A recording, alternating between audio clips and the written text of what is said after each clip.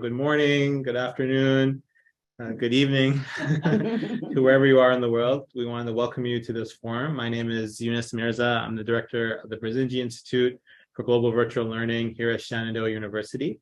And this forum is entitled Intentional Alignment of Global Learning and Diversity, Equity, and Inclusion Initiatives. Essential preparation for today and tomorrow's challenges. And we're very fortunate to have Dawn Whitehead. Maybe Dawn, you could wait for us. She's the Vice President of the Office of Global Citizenship for Campus, Community, and Careers at the American Association of Colleges and Universities, or AAC&U. So she'll be presenting today on the topic.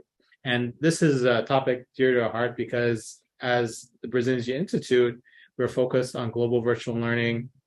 And we thought a lot about how we can frame our virtual exchange and COIL, collaborative online international learning initiatives in the framework of DEI.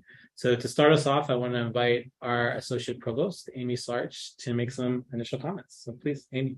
Welcome, everyone. It's so wonderful to see people from all over the world here. And I have to give a shout out to the University of Illinois person. My son goes there. If you see someone named Leo, tell him mom says hi. So I am thrilled to be part of this talk today and to really learn from Dawn. I've met Dawn years ago. And I'm thrilled to be able to kind of just actually have a dedicated hour to really engage with the wealth of knowledge that Dawn brings to us. So, in either if it's global virtual exchange or in actual study abroad or any type of international exchange, I think, well, at least I do, I kind of assume that equity and diversity happens and inclusion because, well, you're putting people together from different countries and there you go. But as we all know, and we won't be here if we thought that we could do something intentionally and much better than that.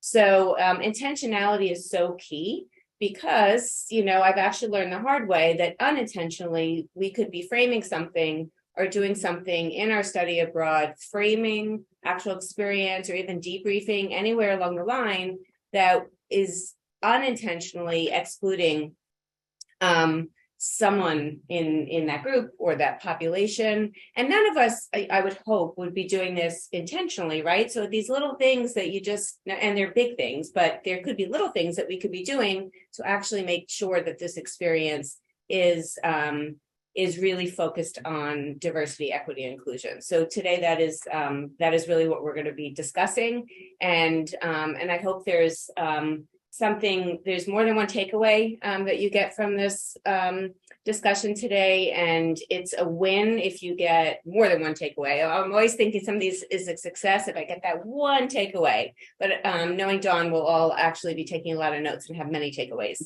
So I will give up the floor and stop talking. All right, great. Thanks so much, Amy. I love the point about intentionality. And with that, we'll turn over to Dawn. So thank you so much. Okay. All right, thank you. And just thank you to Eunice, Amy, Bethany, everyone that was involved in bringing me here. I'm so happy to be here with you today and looking forward to this conversation. And so Eunice already started off with, let you know what my goals were, what the title was. Amy, encapsulated it very well also. So I'd like to, okay, the clicker is not working now, but so I can just use the. What? You're trying now? Okay. Yay, thank you, Eunice. Okay. So I wanted to just get a sense of who's in the space today. So who's here? So if you can just use any reaction, those in the room, you can just raise your hand. But if you are from, and you can pick your primary area. So if you're from academic affairs, can we see just a thumbs up or a heart? Okay, all right. If you're a COILer, so you're an experienced person in COIL. Okay, all right. 1, 2, 3, 4, 5. Oh, 4 thumbs up. okay, all right. We've got quite a few. If you're in DEI or IDE in that space, that's one of your primary responsibilities. Okay, if you're a faculty member. All right. Okay, and if you're in global learning or international education. Oh, okay. We see lots of hands there. Okay. All right. Student affairs. Anyone from student affairs? Okay. And then anything that wasn't named, and feel free to put in the chat if I left your area off. It wasn't intentional. Okay. And Bethany's going to keep us informed. All right. The next thing I want to just check also is which offices, actually, sorry, I want to do a different one. Okay. And the clicker is being temperamental. Yes.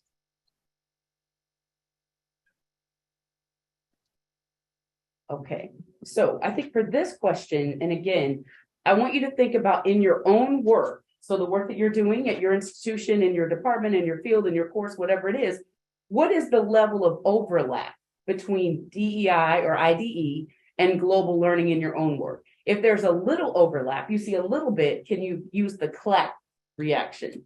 If there's some overlap, use the thumbs up. And if there's a great deal of overlap, can you give us a heart? Okay, so we'll give you just a minute. Oh, this is great. Okay, I see some hearts. I got 2 hearts and 2 thumbs up. Okay. 4 hearts, 2 thumbs up, 1 cloud. All right. Okay. 5 hearts. All right. So we've got a nice range. Okay. So those of you with hearts, please feel free to flood the chat with examples and things that you have done throughout the presentation, because it'll be helpful to hear what your perspectives are and what you've been doing. Thank you for that.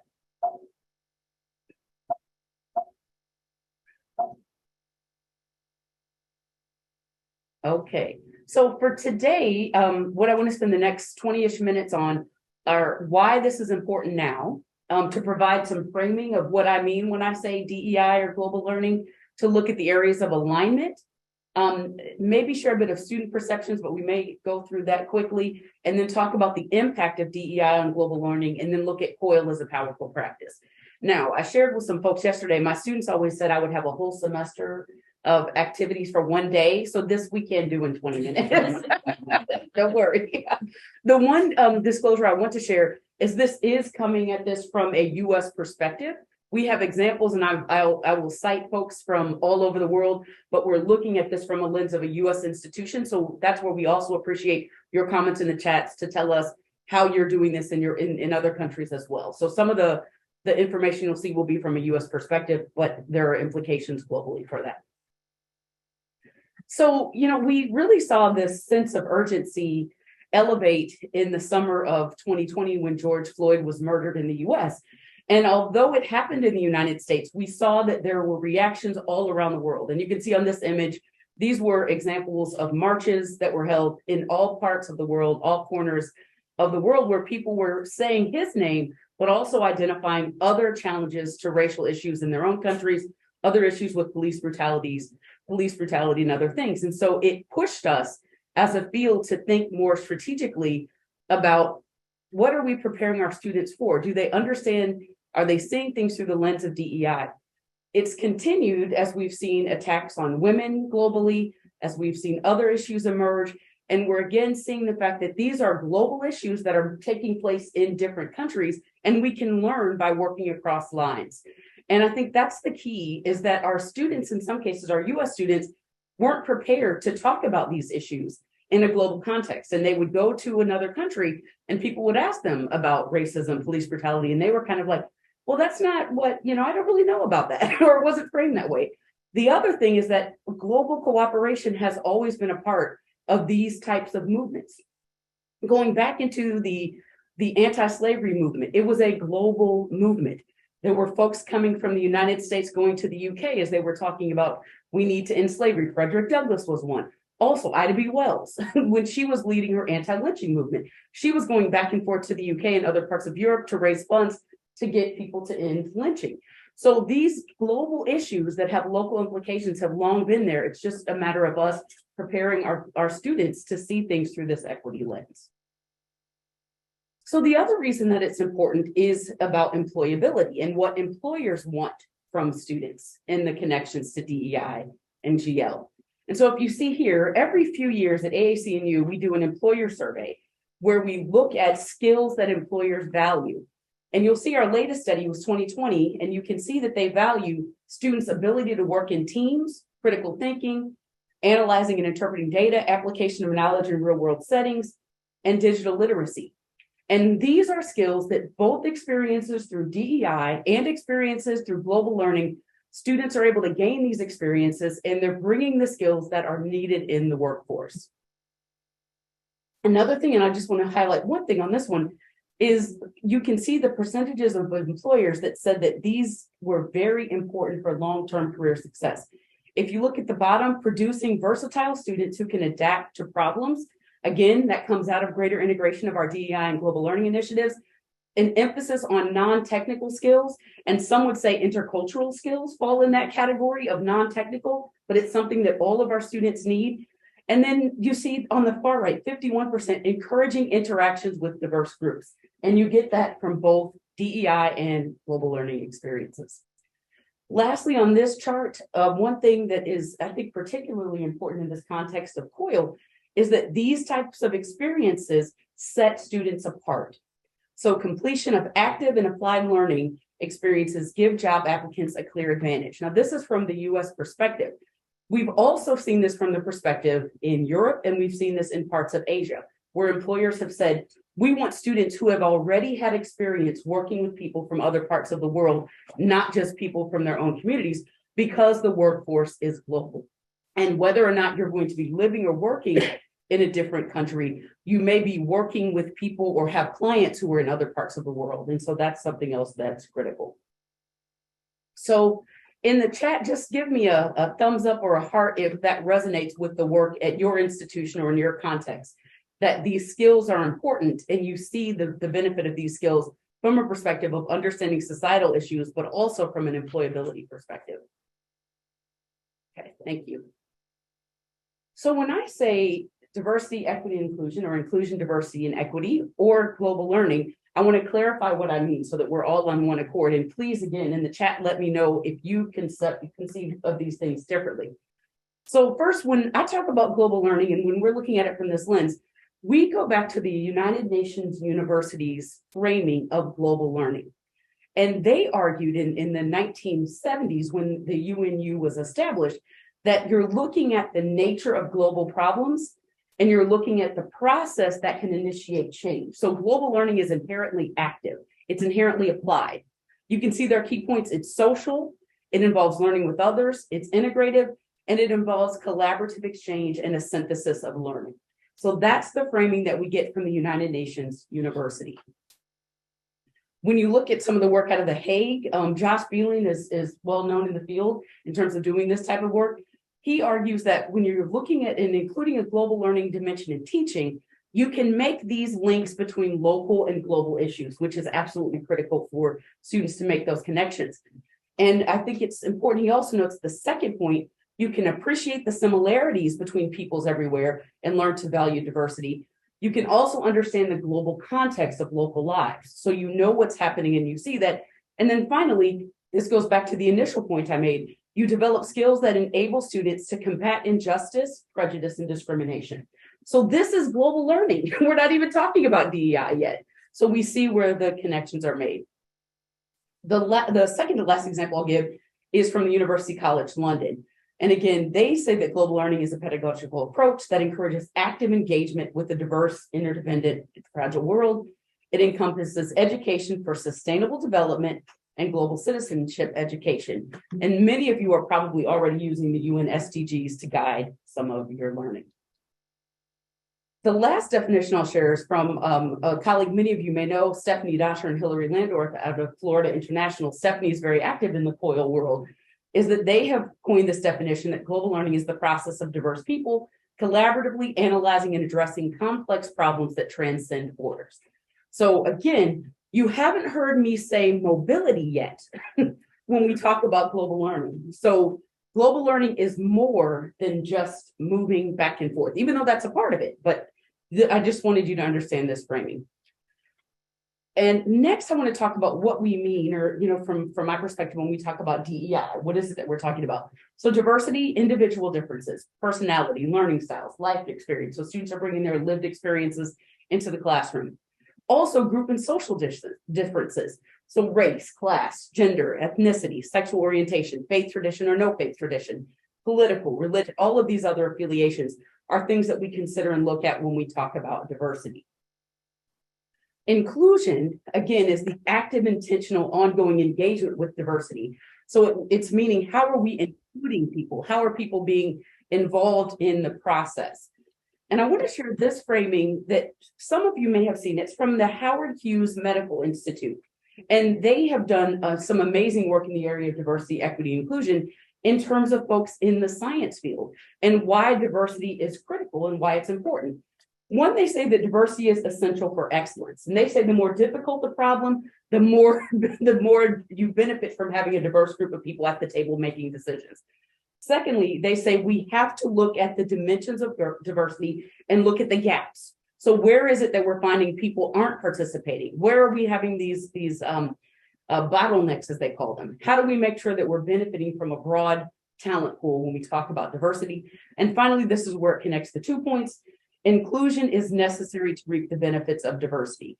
So we need to make sure that we're not just saying, oh, great, we've got, in our country, there's disparity in the North and South, and we've got, 50 Northerners working at our company, but all the Northerners work in one industry or one part of the company. How do we make sure that people are on a trajectory for success from diverse groups? And so that's the argument from HHMI. And then finally, I think we all have a good understanding of this one, which is equity. And this is about creating opportunities for equal access. So it's not, I'm giving everyone the same thing. I'm not going to come in and say, today, everyone, I was able to secure the brand new LeBron James tennis shoes, and you're all getting a size 10. That would make me happy because I wear a size 10, but it may not make everyone else happy. So when we're thinking about equity, we're thinking about meeting people where they are and giving them what they need, or providing for them what they need, not necessarily giving. Again, equity is about equitable participation. We look at what the pathways are on our campuses and what the bottlenecks are, and we have to have professional development to support this work. So I think if you have any questions, comments, okay, all right, we'll push along. So now what I want to do is look at the alignment and the shared goals between these two efforts. And so I think one of the first things is there is a musical that some of you may have heard of called Hadestown. And there's a song in it where the singer says, it's an old song, it's a tale from long ago. And that's actually what this tale is when you think about diversity, equity, inclusion, and global learning, is we have seen alignment in the literature for years, but we are simply becoming more intentional about these efforts, and we're starting to come together in a way that we haven't in the past. So these are some examples. Mary Merrifield, of course, is in the field of education. She's done a lot of work around multicultural education, global education. She did this work in the 80s and 90s. Learning across cultures is another one. And those who know Will Kimlicka, who is a Canadian scholar, he's written about multicultural citizenship. And so this is something that we're seeing the research is there in these areas, but we haven't elevated it as much. I like to share this quote from David Wick, who's done work in this area as well from Middlebury. Fundamentally, both of these activities are about understanding the self in relation to other, and they are quite naturally and essentially connected. We cannot advance one effectively without working to advance the other. And I think that's a critical point for the work that we're doing, and that they do go hand in hand. So when we think about the commonalities or the shared elements of diversity, equity, inclusion, or EDI and global learning initiatives, one is they help us address human diversity and perspective consciousness. So there are skills that come, the approach to the world, the approach to the way that students engage the world are they help students become aware of the realities, become aware of the differences that people have, and then apply them in different ways. Secondly, and this is something I know Eunice has talked about a lot in his work, is the development of intercultural skills. So they both help students understand and learn to relate with people who are different, to act appropriately as it's determined, to act effectively as they're engaging with people, to use Deardorff's definition of intercultural competence. Also, and I think this one is sometimes not discussed as much, but they point toward institutional transformation, because we can really change the culture and environment of our institutions if we come together and work in these areas. And we see this as something valuable for all of our students, not just those that are touched by the DEI office or touched by our global learning experiences. The other piece, and this one is quite obvious, is they help with understanding of social justice in a global context. So Hillary Landorf and I have done a research study looking at alignment from students' perspectives on global learning and diversity, equity, inclusion. And one of the students in one of the focus groups said to us, he said he was amazed that no one told him that people cared about George Floyd outside the country. And so again, like the examples I showed you, he said he just happened to be on Reddit, which I'm not as savvy with Reddit, but he happened to be on Reddit. And he said someone was showing him images of people in France holding up the posters and pictures of George Floyd. And he said, why didn't someone at my institution tell me this was bigger than us? He said, I thought it was just us in America. And so again, it helps us when we blend the two together, we can see these social justice issues in a global context. Finally, you're able to examine power and privilege in the local and global context. Sometimes students, and I'm only going to speak for my former students, so not for anyone else's, but sometimes my students would find it very easy to go into another country and see power and privilege and say, oh, people here are so oppressed. They do this so wrong. And when I would say, well, what about in our community? what are the power and, what's the power and privilege there? And they were hesitant to address power and privilege in our environment, but they had no problem doing it in another context. And again, when we bring these together, we help students see them in both places. So again, Kelly Newland out of Washington State University, she works in the global learning realm. She says that it's a mutually beneficial collaboration, and helping students understand international diversity can be a gateway into helping them better appreciate and develop sensitivity to domestic diversity, which is often a focus of DEI efforts. I remember some of our students, it was interesting. We had, the title is not the best, but at my former institution, we had a group of African students and then Black students who were mostly from the US. And they had an event called Same Race, Different Culture. And it was a very interesting conversation because some of the students said, I never would have talked to a Black American student if we hadn't had this event. I never thought about that kind of engagement. And so again, if we're helping students see these issues in the context, locally and internationally, it makes a difference and it increases the dialogue.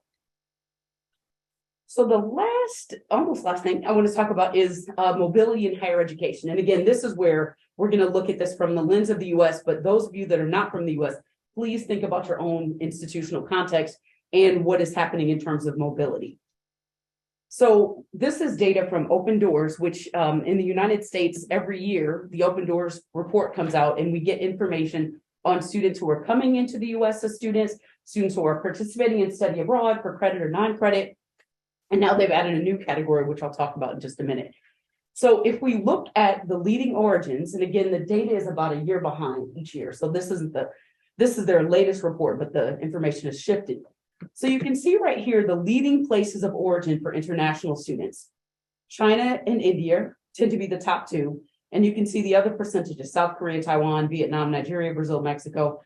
And this does not include, of course, the students who may have come to the US when they were young. So that, that adds a whole other category. But just think about who's on this map and, does this represent the whole world if we look at who's coming in? All right. Next, one of the things that employers also talk about is students being able to work across disciplinary differences. So when we look at the fields of international students who come to the US, we see the fields that they tend to study: engineering, math and computer science, business, social sciences, physical and life sciences, and then you see the rest. So the majority of international students pursued majors in STEM fields. And so think about what that means in terms of their engagement with US domestic students. Who are they engaging with? Now, next, let's look at where the leading destinations are for US students who go abroad. And again, you can see there's a cluster around Europe in terms of where students go. Costa Rica is trying to hold on as an alternative. But again, if these are the main, and we know students go other places, but if these are the main places that students go, think about that. Europe hosted more than half of the US students who studied abroad. Again, in the 2020-2021 academic year, 14,000 US students studied abroad for academic credit. Now, when we look at the race and ethnicity of U.S. students who studied abroad, we have seen an increase over previous years, but it's still not representative or reflective of the number of students of color who are in U.S. higher education. So the numbers are going up, but they're still not representative. So what we noticed, this was obvious, overrepresentation for some, representation for many, a differentiated population in terms of participation by majors, and limited numbers of students who actually participate when we look at. Now, again, look at the data at your own institution because it may vary, and it does vary. So one of the things that when we bring a DEI lens to global learning is it makes us expand our thinking in terms of who is participating. So one, it's not just the students who participate in these experiences, but it's also the faculty. What faculty are able to participate? Are there certain ranks that aren't represented? What about our professional staff? How are they engaged? Again, we've talked about the students, racial and ethnic diversity, gender diversity, diversity among the majors, new majority students. And then have we created, and I think I'm preaching, well, I won't say preaching, but I'm singing with the choir here, in terms of pathways to participation. Here at Shenandoah, you have wonderful ways for students to get involved in these experiences through your GCP program and through the GL program and others. And so how do we create these pathways, these opportunities for students to participate in these experiences? Is there a clear pathway that any student can jump on? Or is it only for students that are in area studies or international studies?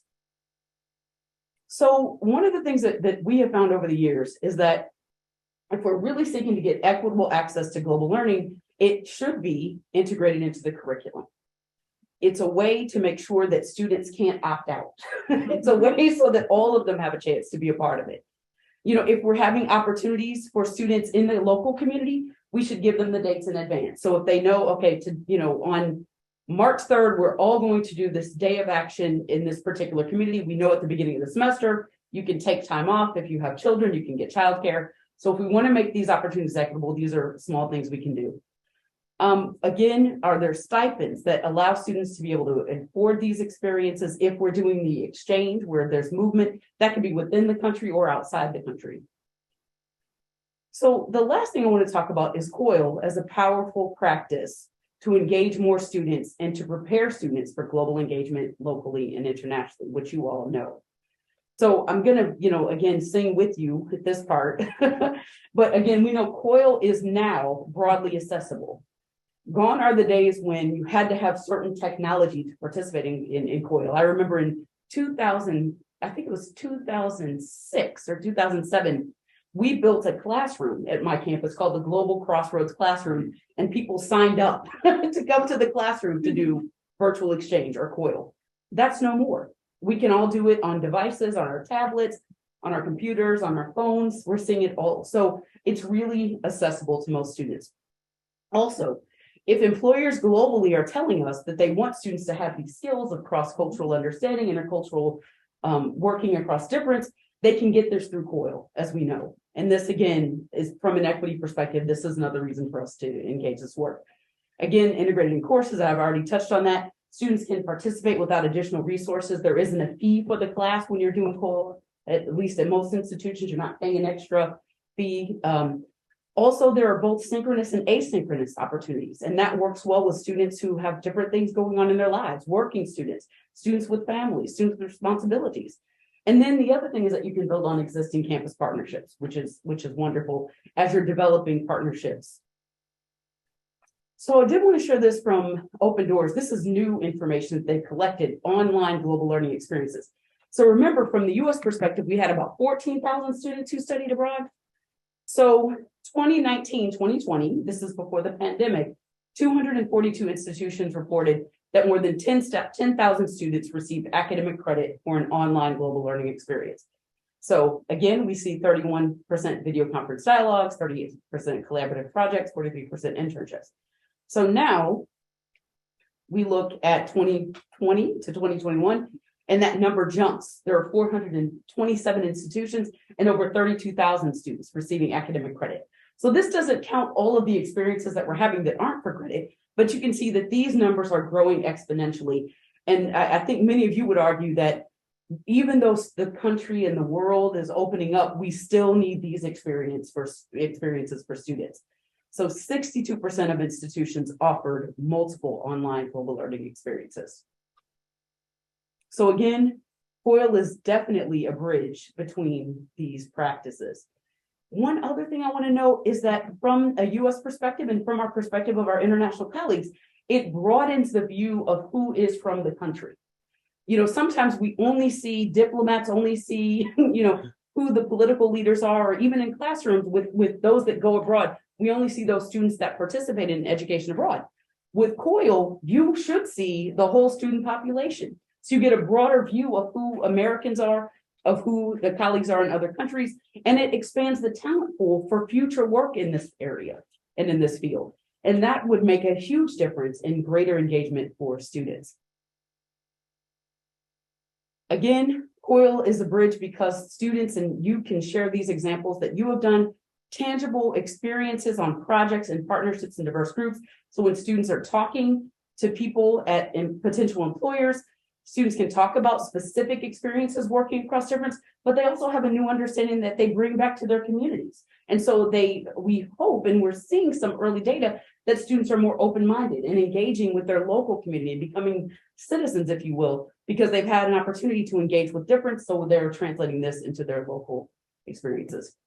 The last one I want to share with you is from the perspective of a South African and a British, two scholars that have been doing work in this area.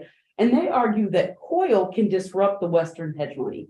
And they argue that it opens up what they call a third space of learning that reduces that prominence and dominance of Western knowledge and Western pedagogy, because you're coming together across lines and there's more equity. You can say, that's not how we're going to run this class. We're doing this together. We're not just going to do it the way that you've always done it.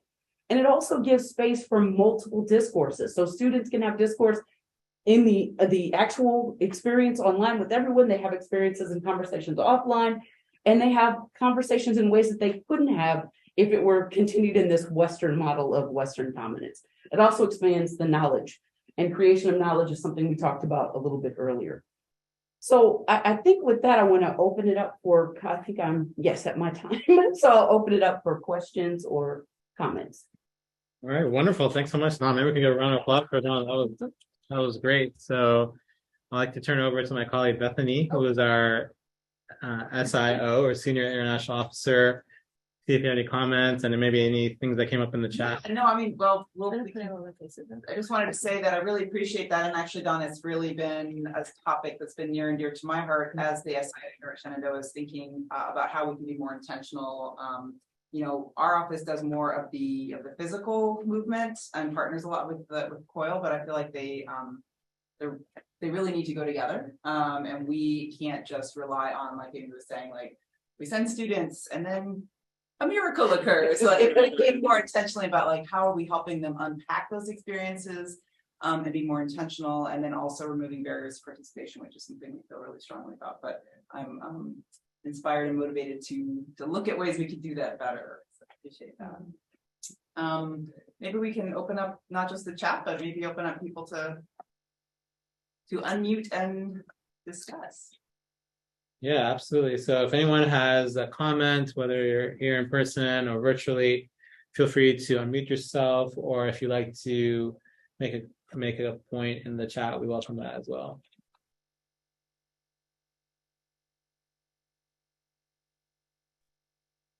Hi, everyone. Julie Whitlow from Salem State University. My colleague Melanie Gonzalez is also here with us. We are a public regional state university north of Boston.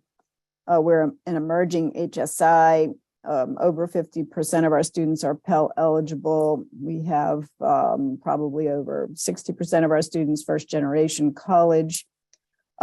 We've worked really hard to set up COIL and to bring in funding, grants, UISFL grant, IDEAS grant, focused on diversifying study abroad.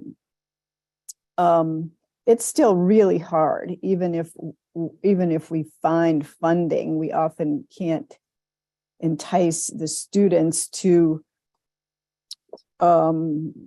avail themselves of these opportunities. It's just too difficult, especially now post-COVID. There seem to be many more issues related to economic insecurity, mental health.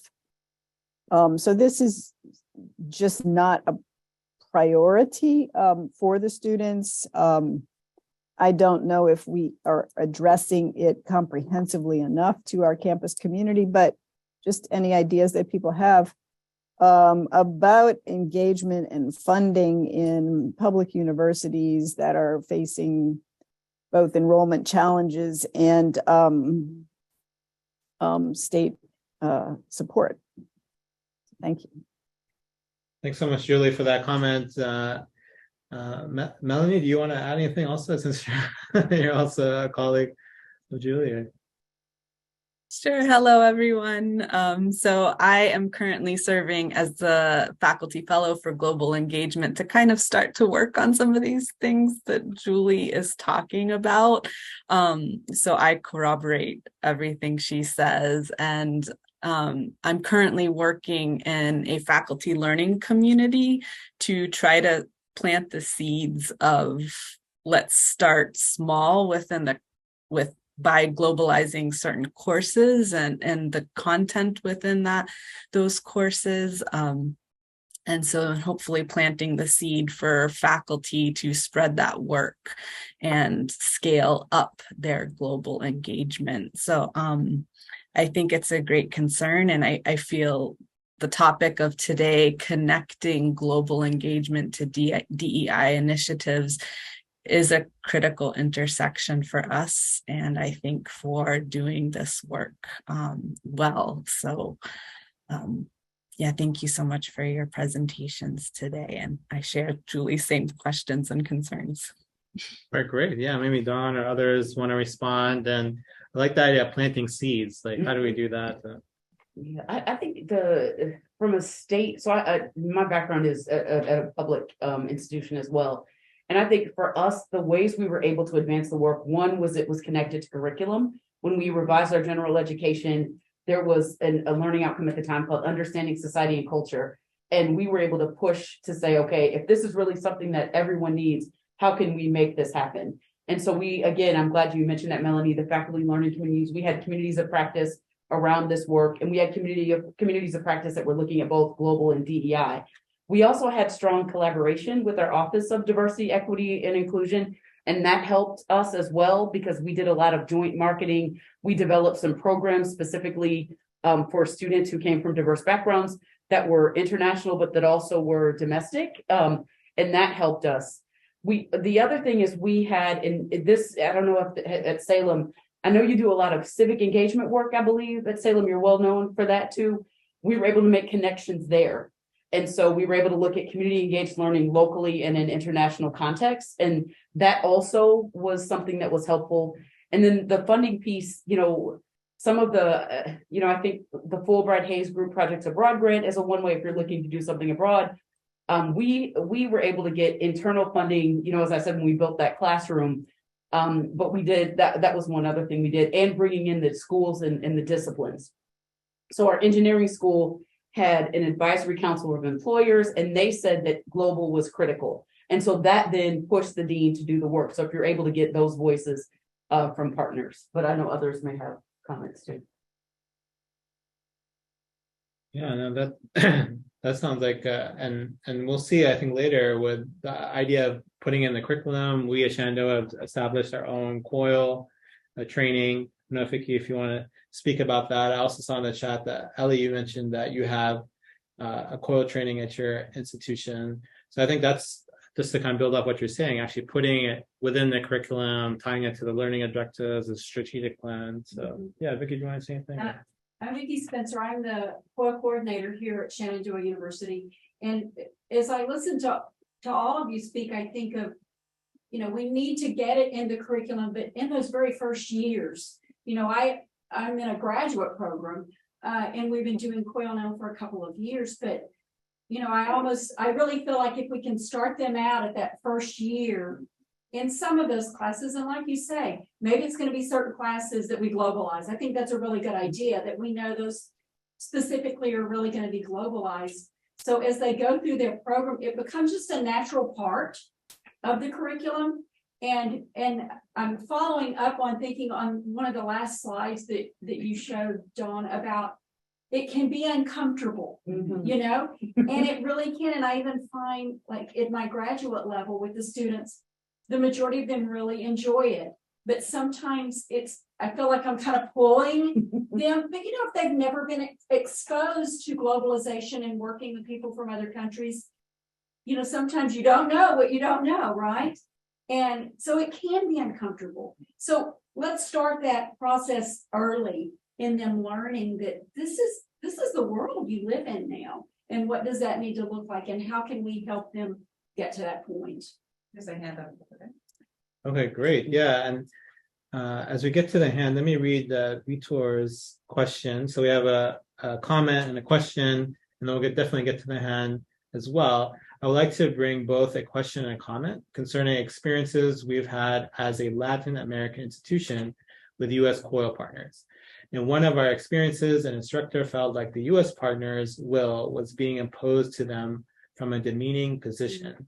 He even mentioned they felt like the exchange was imperialized. Is there any concern or training on the U.S. side to address, avoid such potential issues? So, yeah, I mean, I think I think it's what's being said and what's being done might be two different things, but we're hearing a lot in the field about decolonizing these experiences. And what does that actually mean to decolonize this type of experience? We've also talked about centering the partnership where it doesn't reside in either place, but it's on the partnership and we're equal partners. There's reciprocity. So I know some of the training that is done by our colleagues at FIU. I know they address power dynamics in their preparation and training for collaboration. But I mean, this is again where we can borrow from our colleagues in DEI and we can borrow from our colleagues in education abroad and our colleagues, I'm going back to Salem State, in community engaged learning and civic engagement, is how do you come into a partnership with a spirit of reciprocity, a spirit of collaboration, and who is at the center of this work? So I think we do see some models and ways that you can mitigate that. And more people are talking about that and saying this isn't just another way to impose our will and force ourselves on other countries. I just want to add that I think it's really critical. One of the things we do here with our COIL training is we have some of our international partners that are also the trainers. And on our session on power dynamics, it's not me that's teaching power dynamics. It's one of our colleagues from Malaysia that teaches on power dynamics. And that, I think, is a real strength that we provide, is someone in another country teaching about that. Exactly. Yeah, absolutely. So Zoe, it's nice to see you again, and please. Nice to see you all. Nice to see you, Eunice. Nice to see you, Dawn. Thank you very much for bringing into the discussion of COIL DEI priorities. At St. John's University, we have our own training for our faculty and the partners. So those discussions of power dynamics are starting to be embedded. And also we are very lucky to have faculty from the core studies at St. John's University who are involved and teach students freshman year. And actually my colleague Heidi Upton is here with us. So we bring the issues of global learning to our students from very early on. We are also, as I shared Julie's concerns, because we are, funding is a very big issue. And the discussion of how are we going to be sustainable is important. So one of the things we want to do soon is to create, like you have done, the fellows, the faculty fellows, COIL fellows, who can, because of their expertise in the field, they can bring their experience in the discussions and the training and the sustainability of the program. So again, thank you very, very much, all of you, for being there. Thank you so much, Zoe. And Heidi, do you want to add anything to that comment before we turn it back to Dawn? I've gotten this wonderful idea of if I am lucky enough to find a partner, which is an issue. I have to say, it's hard to find a partner. because when you're in a first year seminar, you're not teaching in a discipline. And so and partners are looking for, just find somebody that matches with their disciplinary perspective. And so that's a challenge. And maybe another whole seminar could be about that, finding partners, because, but what a wonderful idea it would be to engage with a class elsewhere in a community service project, so students in New York would do it, and students wherever in the world they would do it. And that would be the real meat of the partnership. That I'm so excited about that idea. Wow, it would be great to find a partner to do it with. And that's what I have to say today. It's wonderful to have been part of this beginning fellows program at St. John's, where we are encouraging faculty either develop or imagine a course where AAC&EI outcomes and AAC&U global outcomes are combined. And I wrote that in the chat. And we worked with Hilary Landorf on that. But now we're moving forward, like what's next and what will we do with these courses? So it's been a privilege to be part of that. And I guess that's all I have to say. Thank you so much for listening. I was going to add to that. There's so many different ways to do COIL, so there's not just one way. So that you just mentioned the civic engagement project. We are doing something like that here at Shenandoah, and it's it's not in the classroom, it's outside the classroom. So and also we forget that COIL, it's really integrated into the course design. So a real opportunity to actually introduce COIL into a class is at the stage where it's a new class. So then, part of that work is it's not extra work, it's just integrated into how you are developing that class. So, that's a real opportunity with any new program that's going to happen on campus or any new class that's being pitched, is to just think about that, because a successful COIL has many different elements to it, but it boils down to student-centered learning, integrating these concepts that we're talking about. So I think that a lot of times we focus so much on these barriers there is huge barriers between the partner matching and all that other stuff, but there's a whole nother aspect to it that in order for this to go well, a huge portion is in integrating that into the course development itself, and finding the partner and all that stuff. But I'm just saying that there's little spaces that you could keep trying to think of ways that you could insert it into the area. And again, to think about it, that could happen outside the classroom. So like doing a project with another institution and doing it outside of academics, perhaps in civic engagement or in student life, and that would be awesome. So, it doesn't have to be one way. There's so many different ways that these partnerships could happen. I appreciate that. And I just want to add that in St. John's, embedded in every first year seminar is a required academic service learning component. So it would make it very easy to do such a thing outside of classroom, because we have a very big academic service learning department. But again, the partnership is the issue. Right. Mm-hmm. Okay, wonderful. Yeah, absolutely. Yeah. So we have a comment here from this one to, I think Vitor is building upon this idea of a power differential and the idea that usually English is the language of COIL and global virtual learning, as well as even mobility. A lot of our students, when they travel, they expect maybe people to speak English, even though they're in a foreign country. And then Betsy is also asking regarding DEI topics in COIL, it's been easier to find global partners who engage with the issues of ethnicity, economic class, or men's issues, but LGBTQIA issues and religion have been far more difficult. So, yeah. Yeah. One thing I agree completely. And I think one of the things on religion, I think it can be how it's framed. We partner pretty closely with Interfaith America on a number of initiatives, and we have been looking at the concept of interfaith cooperation, interfaith engagement. And we found success in doing partnerships under that lens. And it's also been embedded in DEI. And so, again, you're having students and colleagues talking about their faith tradition or not having a faith tradition. So there's that assumption, or that if you don't have it, you don't count. And so I think some of their resources are helpful for getting those conversations started. And I think we have seen some growth in that area, but it's an area of real concern for a lot of folks because, they say, we'll look at culture, we'll look at race, but people don't want to look at religion. So sometimes we have to broaden the way that we frame it, and that helps. But I agree with you. And I've seen the same thing with the LGBTQIA issues. And I know the same thing happens with folks that are studying abroad too, in the conversations about, this country, and the issues and the legislation and openness. So thank you for foregrounding that. Yeah, and also sometimes and I agree, and I think that there is different avenues again.